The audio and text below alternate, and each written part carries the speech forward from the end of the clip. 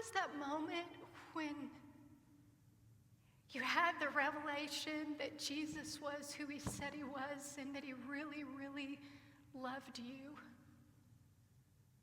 And it burst into your heart and you just wanted all that he had? What was your moment?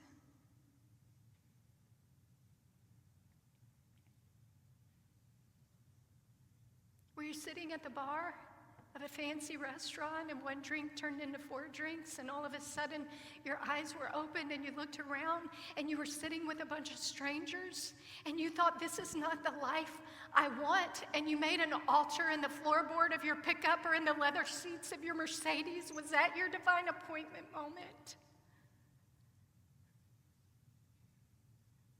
Or maybe it was a moment when you got home and it had been one more relationship after one more relationship. And your heart was still so thirsty and you made an altar on your living room rug.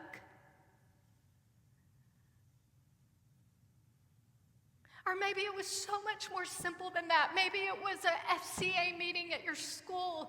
Or maybe it was your VBS. Or maybe it was like me. I was 4. I was in a makeshift tabernacle on a dirt floor sitting in a metal folding chair with my best friend Dawn McPherson. And something pierced my 4-year-old heart. And I knew this Jesus was for me.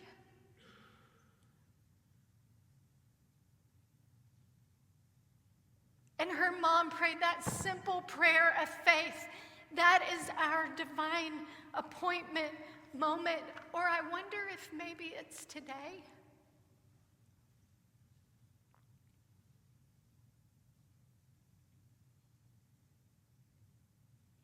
Maybe today is your divine appointment moment. Maybe God canceled your flight or changed your schedule and you didn't even plan to be here this morning, but you're sitting here and you're like, I didn't even really want to come this morning.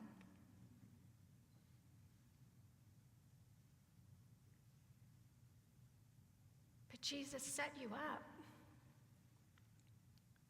because he loves you.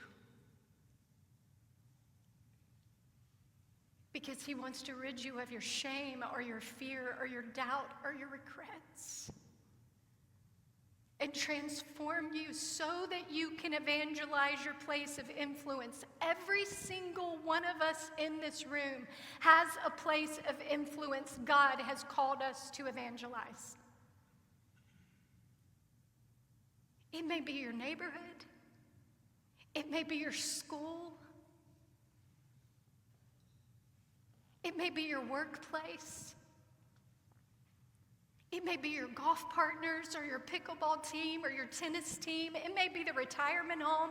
It may be social media where you have an influence. I don't know, but I know everyone in this room has a place of influence.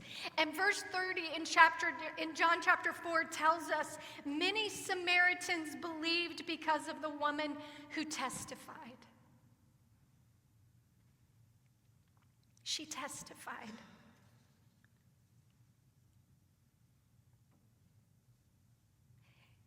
Do you know the power of your testimony?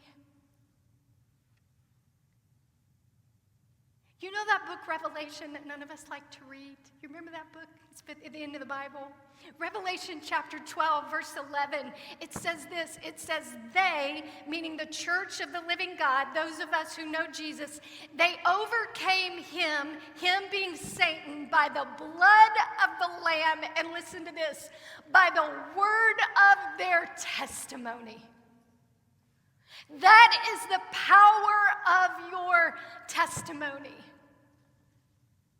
And sometimes we make it feel so difficult, and so it scares us. It's like, how do I give my testimony? But it is so simple. It's, what was my life like before Christ? What is my life like after Christ? And what was the moment that I met Christ and he transformed me? 3 simple questions. So this week, what if you went home and you wrote down the answer to those 3 simple questions? And then you ask the Lord to begin to give you opportunity to share the testimony he has given you.